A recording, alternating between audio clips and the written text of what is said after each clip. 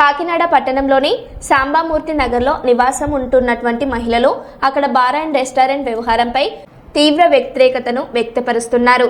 ఈ విషయమే వారు జిల్లా అధికారులను సంప్రదించిన ఫలితం శూన్యమని వాపోతున్న ఈ వీడియోను చూడండి.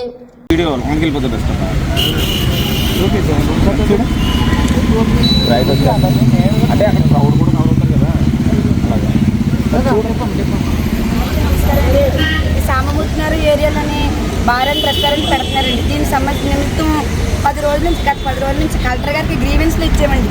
గ్రీవెన్స్లో ఏదైనా పెట్టుకుంటే 4-5 రోజుల్లో మనకి సమాధానం వస్తుంది, అందరికీ పరిష్కారం అయిపోతుందని 10 మందికి చెప్తాం.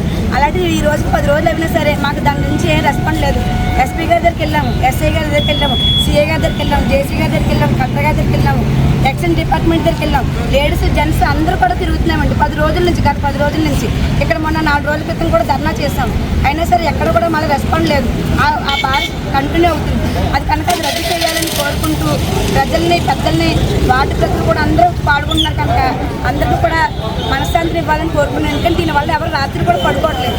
మహిళలు వెళ్ళే రూటు ఇంట్లో ఆడవాళ్ళు కూడా ఎవరు కూడా మనశ్శాంతి ఉంటుంది కనుక అందరినీ కూడా పెద్దలు కూడా కోరుకునేది తక్షణమే ఆపించాలని కోరుకుంటున్నామండి.